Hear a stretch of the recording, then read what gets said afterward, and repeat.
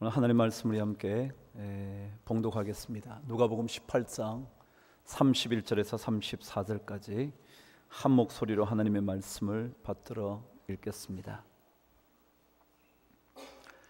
저와 함께 시작합니다. 시작.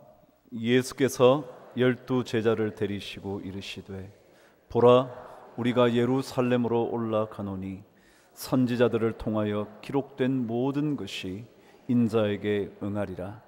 인자가 이방인들에게 넘겨져 희롱을 당하고 능욕을 당하고 침뱉음을 당하겠으며 그들은 채찍질하고 그를 죽일 것이나 그는 3일 만에 다시 살아나시리라. 제자들이 이것을 하나도 깨닫지 못하였으니 그 말씀이 감추었으므로 그들이 그 이르신 바를 알지 못하였더라. 아멘. 우리의 믿음의 삶의 원칙은 어디에 기록되어 있나요? 그렇죠. 너무 쉬운 질문이죠. 하나님의 말씀에 기록되어 있죠.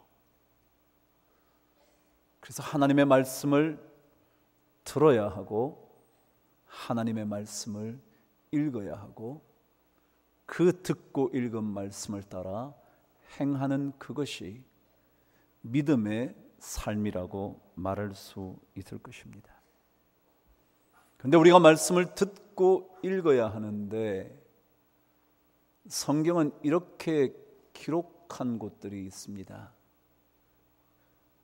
내 눈을 열어서 주의 율법에서 놀라운 것을 보게 하소서 라고 기록되어 있습니다. 우리가 읽을 수 있는데, 우리가 말씀을 보고 들을 수 있는데, 성경은 내 눈을 열어서 주의 율법에서 놀라운 것들을 보게 해달라고 기도하고 있는 내용이 적혀 있죠. 그것만입니까? 계시록에 가면 이렇게 기록되어 있지 않았습니까? 귀 있는 자는 성령이 교회들에게 하시는 말씀을 들을지어다. 누가 들을 수 있느냐면 귀 있는 자가 듣는데요. 그럼 귀가 있는데, 그래서 여러분이 이 시간 들으실 수 있는데 왜 또다시 귀 있는 자는 성령이 교회들에게 하시는 말씀을 들어야 한다고 기록한 것일까? 여러분, 하나님의 말씀을 들으려면 열린 눈과 들을 수 있는 귀가 필요합니다. 왜냐고요? 듣기는 들어도 보기는 보아도 깨닫지 못하는 사람이 너무 많기 때문에 그렇죠. 그래서 이사야 선지자를 통하여 성경은 이렇게 기록을 했습니다. 6장 9절입니다. 여호와께서 이르시되 가서 이 백성들에게 이르기를 너희가 듣기는 들어도 깨닫지 못할 것이요 보기는 보아도 알지 못하리라. 왜냐하면 들었는데 깨달을 수 없다는 겁니다. 보기는 보았는데 알지 못한다는 것입니다. 그렇다면 도대체 이 말은 무슨 뜻일까요? 듣고 보고 다 했었는데 깨닫지 못하고 알지 못하고 그대로 살아갈 수 없는 이유가 무엇일까요? 저는 오늘 본문 말씀을 읽다가 제자들이 주님께서 하신 말씀을 깨닫지 못했다고 한 기록을 보면서 분명히 깨닫지 못하는 데는, 알지 못하는 데는, 들어서 내 마음을 움직이지 못하는 거기에는 이유가 있다는 사실을 묵상하기 시작했습니다. 그 가장 먼저 떠오른 저에게 묵상거리는 이것이었습니다. 왜 우리는 말씀을 들어도, 왜 우리는 말씀을 읽어도 깨닫고 알아듣지 못하는 것일까? 가장 큰 이유가 저에게 떠올랐습니다. 그것은 우리 인간은 자신이 듣고 싶어 하는 것만 골라 들으려고 하기 때문이라는 것입니다. 사람은 누구나 자기가 듣고 싶은 이야기만 듣습니다. 누구나 수많은 이야기를 들어도 자기 귀에 딱 들어오는 이야기만 건져냅니다. 우리 입맛에 맞지 않으면 듣지 않습니다. 우리 귀에 거슬리면 귀를 막아버리는 것입니다. 동일한 사건을 보고 듣지만 전하는 사람의 이야기는 각기 다르다는 것 여러분 아시지 않습니까? 왜냐하면 자기에게 충격을 준 이야기만 기억합니다. 자기가 기억하고 싶은 것만 기억합니다. 그래서 하나님의 말씀을 들을 때도 그와 똑같은 성향을 보이는 겁니다. 하나님께서 이렇게 말씀하셨는데도 그 말씀대로 듣는 것이 아니라 내 귀에 맞는 말씀만 끄집어내고요, 내 마음에 합한 말씀만 선택하기 쉬워지는 것입니다. 그런데 만일 우리가 하나님의 말씀을 깨달아 들으려면 하시는 말씀 그대로 들어야 합니다. 말씀하시는 그대로. 이것이 없이는 듣기는 들어도 보기는 보아도 깨닫지 못하고 알지 못하고 행할 수도 없고 행하려고 하지도 않게 된다는 것입니다.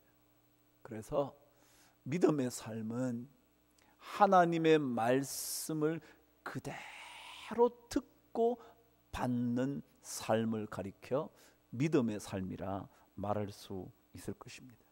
그래서 시편 85편 8절에서 고라 자손의 시는 이렇게 기록해 놓았죠. 세 번역으로 제가 읽겠습니다. 하나님께서 무엇을 말씀하시든지 내가 듣겠습니다. 영어 번역도 똑같습니다. 하나님께서 말씀하시는 것을 제가 듣겠습니다. 무슨 말씀을 하시든지 듣겠다고 말하는 것, 하나님의 말씀하신 대로 듣는 훈련을 하는 것, 그것이 신앙의 삶입니다. 입맛에 맞지 않아도, 내 귀에 거슬려도, 내 삶의 방식과 달라도 그대로 들을 때 신앙의 삶에 놀라운 은혜가 임하게 된다는 것입니다. 그래야 말씀의 놀라운 것들이, 말씀의 기이한 것들이, 말씀의 오묘한 것들이 깨달아지게 된다는 것입니다. 사도행전을 가보면 사도 바울의 사역의 처음 이야기가 기록되어 있습니다. 사실 그는 복음을 전하는 사람이 아니었습니다. 그래서 예수 그리스도를 믿는 자들을 핍박할 정도가 아니라 잡아다 죽이려는 사람이었죠. 근데 그가 그 어느 날도 예수 믿는 자들을 죽이기 위하여 잡으러 길을 떠납니다. 그런데 그가 다메섹에서 예수 그리스도를 만나죠. 그 엄청난 빛에 그의 눈이 멀어버립니다. 사흘 동안 먹지도 보지도 못하는 신세가 되어 버렸죠. 근데 그때 다메섹에 있는 아나니아에게 주께서 말씀하시는 내용이 하나 기록되어 있습니다. 환상 중에 아나니아가 주님의 음성을 듣습니다. 지금 사울에게 가서 안수하여 눈을 뜨게 해주라는 음성을 듣게 되는 겁니다. 그때 아나니아가 이렇게 대답을 했습니다. 제가 여러 사람들에게 들은 소문은 그가 주의 백성들에게 적지 않은 해를 끼친 자인데 라는 겁니다.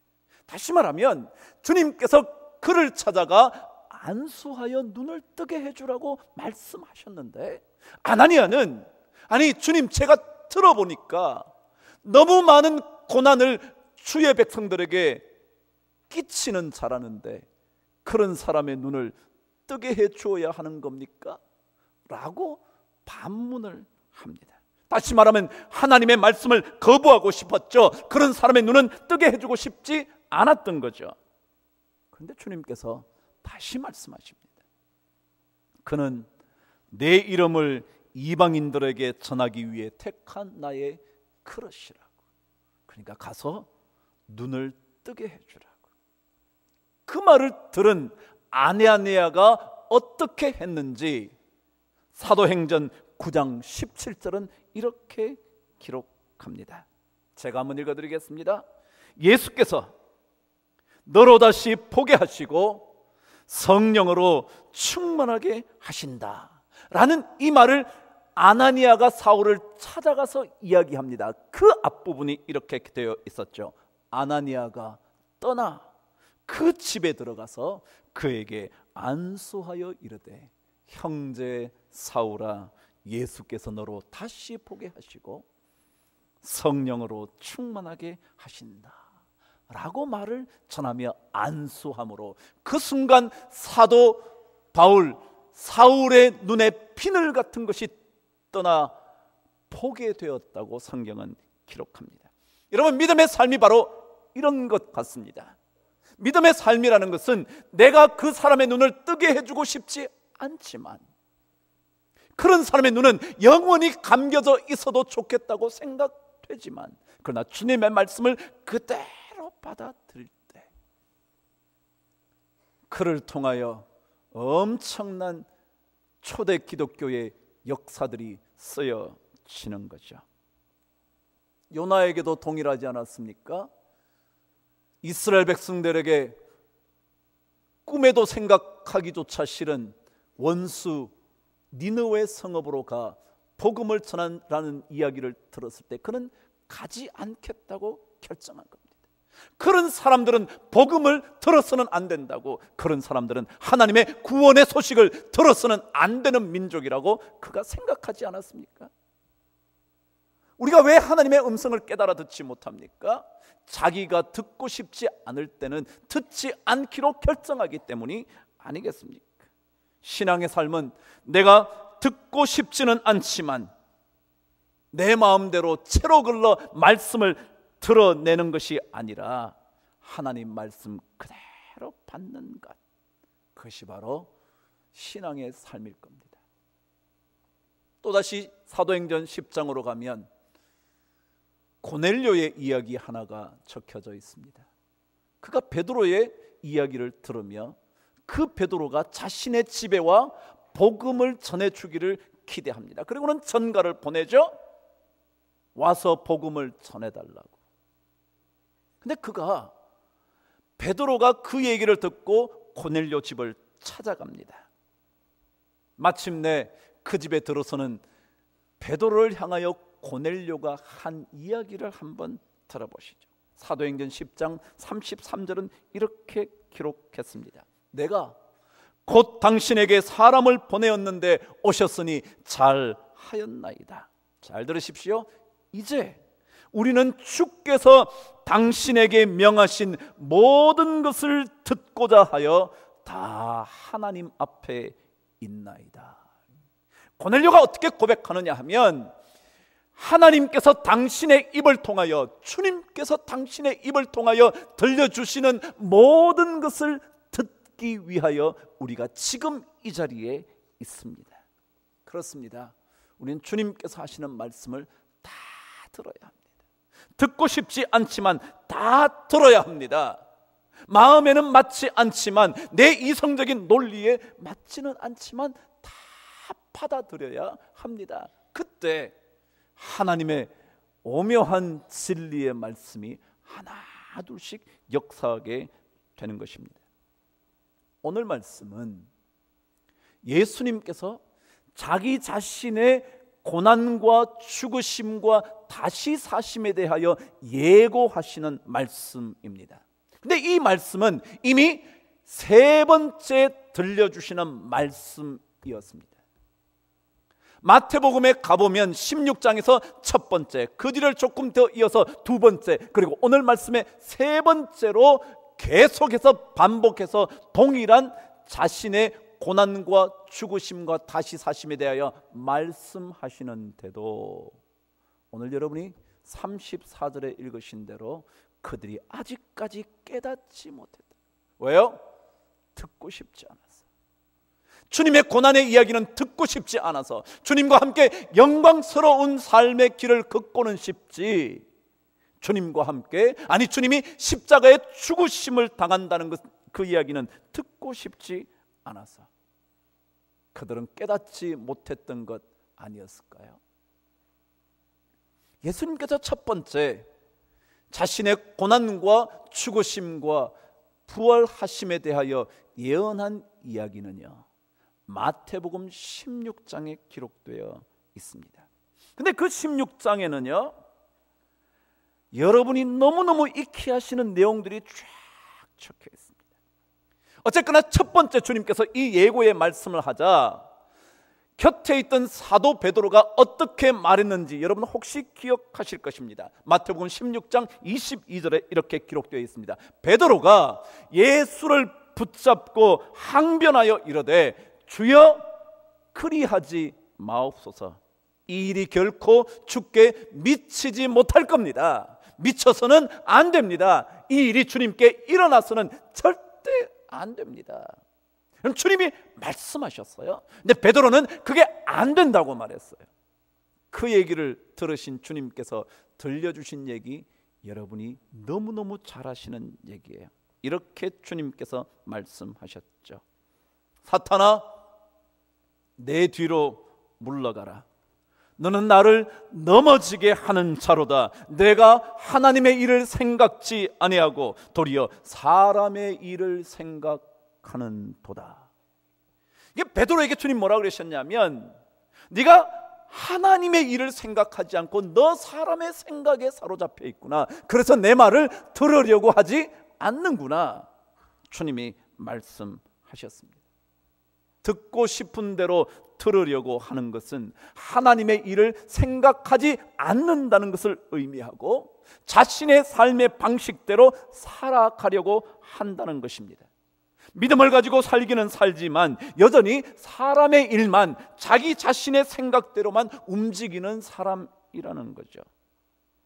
그런데 이 얘기는 바로 어디 뒤에 기록되어 있냐 하면 사도 베드로가 그 유명한 신앙 고백을 한 다음에 적힌 내용입니다. 바로 다음에. 여러분 아시죠? 사람들이 나를 누구로 하느냐? 베드로가 말하죠. 뭐라고요? 주는 그리스도시요 살아계신 하나님의 아들입니다 라는 이 고백 이후에 곧장 주님께서 들려주신 얘기가 예루살렘으로 올라가 인자가 고난과 죽으심과 3일 만에 살아날 것을 얘기하셨다고 성경은 기록하고 있습니다. 다시 말하면 아무리 우리가 믿음의 위대한 고백을 한다고 해도, 아무리 그것 때문에 믿음의 역사를 혹시라도 일으킨다고 해도 그것보다 더 중요한 것은 하나님의 말씀을 그대로 듣는 겁니다. 마음에 들지는 않지만 그대로 받아 듣는 것입니다. 주시는 대로 받는 겁니다. 지난 4년 더 넘게 여러분과 제가 참 힘겨운 시간을 가졌죠. 저 또한 그런 시간의 소용돌이 속에서 얼마나 고통스러웠는지 몰라요. 근데 제가 정말 그 시간 가운데서 견딜 수 있었던 이유, 아니 저를 지탱해 주었던 말씀이 있었어요. 그게 바로 욥기의 말씀이었습니다. 제가 한번 읽어드릴 테니까 들어보시죠. 1장 22절 이렇게 기록되어 있습니다. 주신 이도 하나님이시여 거두신 이도 여호와시오니 여호와의 이름이 찬송을 받으실지로다. 그 말씀이에요. 하나님께서 우리에게 주신 것처럼 하나님께서 거두어 가실 수도 있으니 찬송받으실 이름은 하나님이시지. 저도 울면서 이 말씀을 계속 묵상했습니다. 저도 그들과 맞싸워 내가 정말 가만히 있고 싶지 않은 마음이 정말 많았지만, 아니 하나님께서 주실 뿐만 아니라 거두어 가시는 분도 하나님이시라면 그거 받아야지. 욥기 2장 10절은 계속해서 이렇게 말합니다. 어리석은 아내의 얘기를 듣다가 그대의 말이 어리석은 여자의 말 같도다. 우리가 하나님께 복을 받았은즉 화도 받지 않겠느냐 하고 이 모든 일에 욥이 입술로 범죄하지 아니하니라 그랬어요.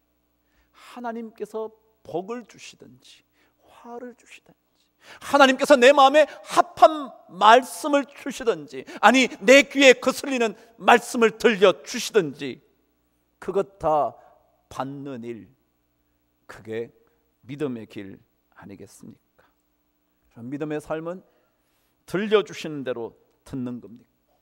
내 생각과는 달라도, 내 마음에 흡족하지 않아도 주시는 대로 듣고 받을 때, 그를 통하여 하나님은 아름다운 역사를 일으켜 주실 것입니다. 그렇다면 왜 하나님께서는 들려주시는 그대로 들어야 한다고 말씀하시는 걸까요? 오늘 본문 31절로 되돌아가시면 그 이유가 적혀져 있습니다. 저와 함께 읽겠습니다. 시작.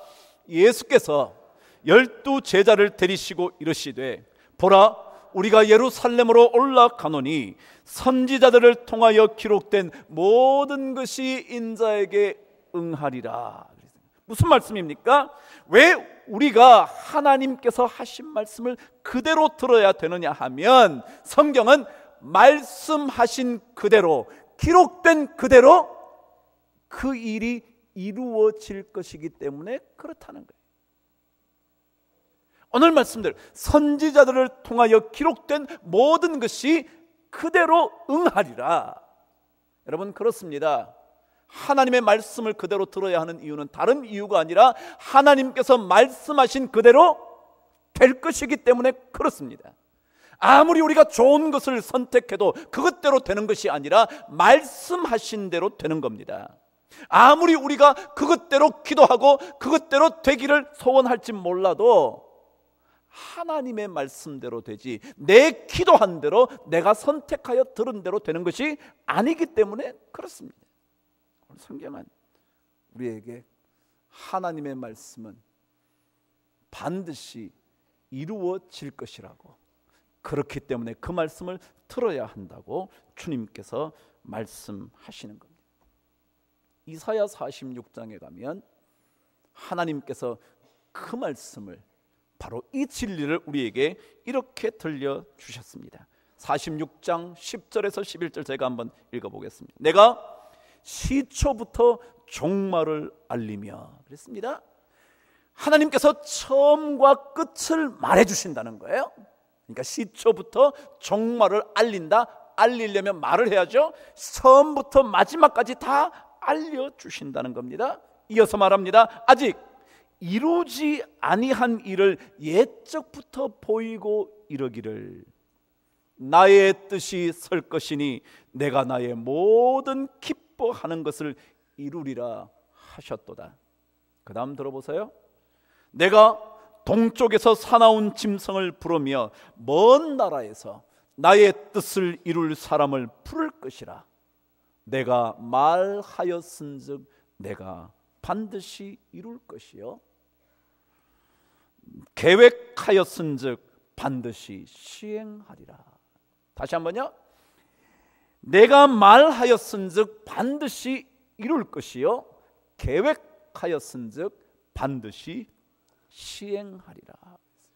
그럼 이사야서는요, 이스라엘 백성이 바벨론 포로로부터 풀려 나올 것을 예언하는 기록입니다.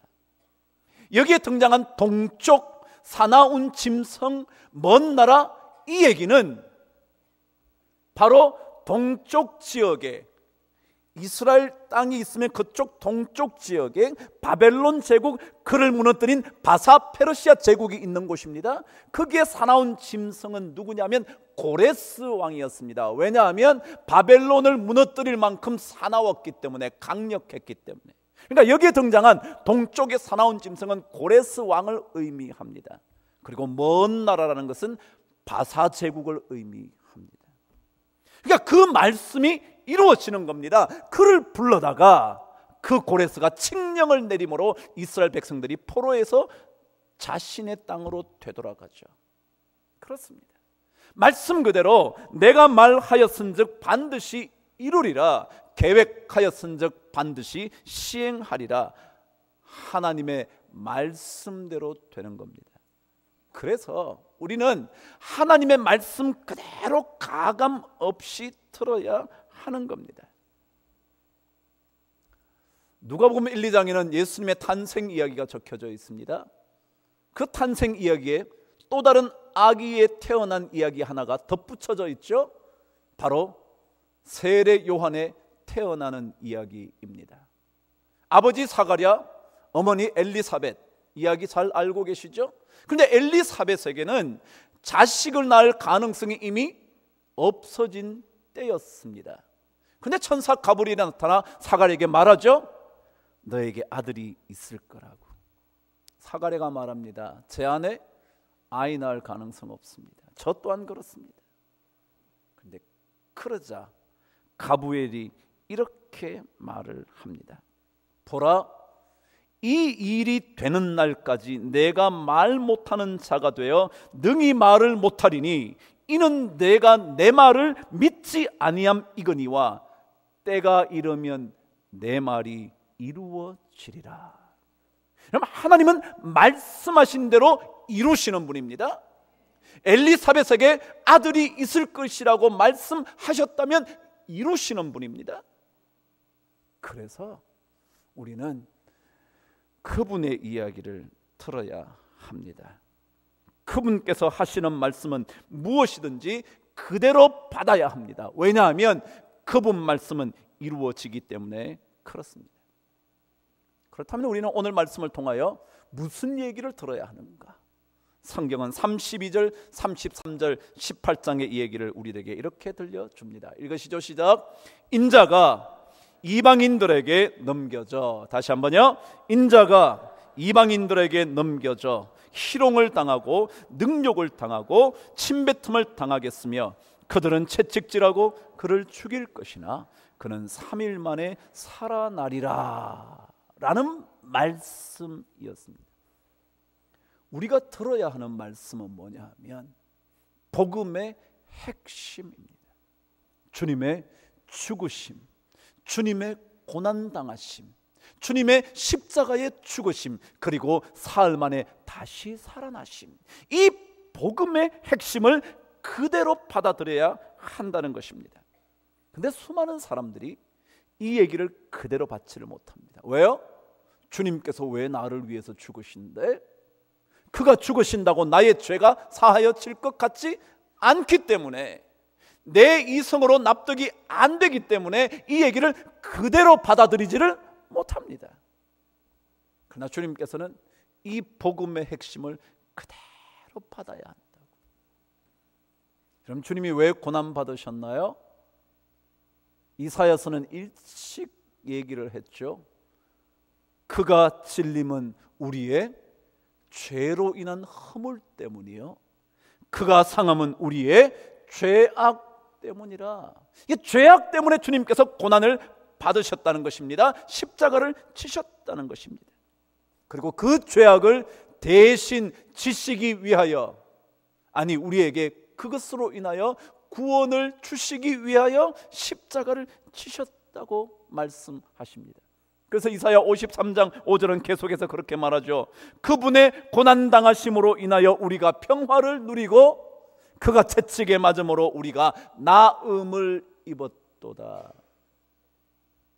여러분, 우리가 들어야 하는 것은요, 하나님께서 예수 그리스도를 십자가에 못 박게 죽게 하심으로 우리의 죄를 그분이 짊어지시고 우리를 건져내시기 위하여, 그래서 우리에게 온전히 죄악으로부터 벗어나 나음을 입게 하시기 위하여, 그래서 주님과 하나님과 화목하게 되게 하시기 위하여 주님께서 고난과 십자가를 지셨다고 말씀하시는 것입니다. 그것만이 아니죠. 주님께서 그렇다면 왜 다시 살아나셨나요? 로마서 5장 10절은 그렇게 말했습니다. 우리가 원수 되었을 때에 그의 아들의 죽으심으로 말미암아 우리가 하나님과 화목하게 되었은즉 화목하게 된 자로서는 더욱 그의 살아나심으로 말미암아 구원을 받을 것이니라. 주님이 왜 살아나셨냐 하면, 왜 부활하셨냐면 그분의 살아나심으로 인하여 우리가 구원을 얻게 되기 때문에 그렇다는 것입니다. 그래요? 주님의 고난받으심과 죽으심과 다시 사심은 우리의 구원 때문입니다. 이것을 들어야 합니다. 이것을 그대로 들어야 합니다. 우리의 행위로가 아니라 주의 죽으심으로 말미암아, 그의 다시 사심으로 말미암아 우리가 구원을 얻게 된다는 것입니다. 사도 베드로가 오순절 설교를 합니다. 오순절에 모든 사람들이 모여든 120명의 주의 제자들이 성령의 은혜를 경험하고 난 다음에 사도 베드로가 그때부터 설교를 하기 시작하는데, 오순절 설교를 그가 함으로 수천 명이 하나님을 받아들였다 그랬죠. 3,000명이나 더해졌다고 성경은 기록했죠. 첫 번째 설교에. 근데 그 오순절 첫 번째 설교의 핵심이 뭐였냐면, 그 설교의 마지막 부분에 이렇게 기록되어 있었습니다. 사도행전 2장 36절 말씀입니다. 제가 읽을 테니까 들어보시죠. 그런즉 이스라엘 온 집은 확실히 알지니 너희가 십자가에 못 박은 이 예수를 하나님이 주와 그리스도가 되게 하셨느니라. 이게 사도 베드로의 오순절 설교의 결론이었습니다. 이스라엘 백성들이 들어야 할 것, 알아야 할 것 하나 있다는 거예요. 그것은 십자가에 죽은 예수가 우리의 그리스도가 되셨다고. 여러분, 그리스도라는 뜻이 뭐냐면 메시아라는 뜻입니다. 메시아는 구원할 자라는 뜻이죠. 다시 말하면 예수 그리스도의 십자가의 죽으심으로 말미암아 우리를 건져 주시는 예수, 그분이 되셨다는 것, 그분이 우리의 주님이 되셨다는 것, 구원주가 되셨다는 것, 그것을 그대로 들어야 한다. 근데 제자들조차 예수님의 죽으심을 받아들이기 힘들었던 거죠. 우리가 왜 예수 믿기 어려운가요? 왜 많은 사람들이 예수를 거부하나요? 이 말씀을 그대로 듣지 못해서, 자신의 상식으로는 도저히 납득이 안 돼서, 뭔가 내가 예수님을 위해서 조금이라도 하고 받았다면 내가 할 말은 있을 텐데, 그래서 끊임없이 주님 곁으로 오지를 못하잖아요. 근데 성경은 말합니다. 그대로 들어야 한다. 십자가의 죽으심에 달하는 고난의 이야기, 침뱉음, 창에 찔림, 능욕을 당하고 희롱을 당하고 그 모든 고난이 바로 나의 구원을 위한 것이라는 그것, 그대로 듣는 것, 그게 바로 하나님의 백성의 믿음의 길이죠. 이런 말씀 가감하지 마십시다. 그대로 들으십시다. 왜냐하면 하나님의 말씀대로 이루어질 것이기 때문에 그렇습니다. 우리는 우리 마음에 흡족한 얘기만 자꾸만 골라내지 않습니까? 그럼 제가 성경을 설교할 때 그대로 가는 이유가 딱 하나입니다. 제가 하고 싶은 말 안 하려고, 제가 하고 싶은 얘기 여기서 꺼내고 저기서 꺼내고 저기서 꺼내고 싶은 게 아니라 하나님이 하시는 말씀을 한번 여러분과 묵상해 보려고. 왜냐하면 그것이 믿음의 삶이거든요. 하나님의 말씀은 1.1핵도 떨어지지 않는 말씀일 뿐만 아니라 그 말씀이 우리를 살리기 때문에 그렇습니다. 내 머리로 납득이 될 만한 이야기인지 아닌지는 문제가 아닙니다. 받으면 생명이고 들으면 구원입니다. 받으면 은혜고 들으면 축복입니다. 그래서 우리는 그 말씀을 그대로 받는 그런 최고의 은혜의 자리를 여러분과 제가 앉아있는 인생 되기를 주님의 이름으로 축복합니다. 그리고 그 말씀을 그대로 받았을 때 주께서 이루어 주시는 놀라운 축복의 사건이 여러분과 저의 사건 되기를 주의 이름으로 축원합니다.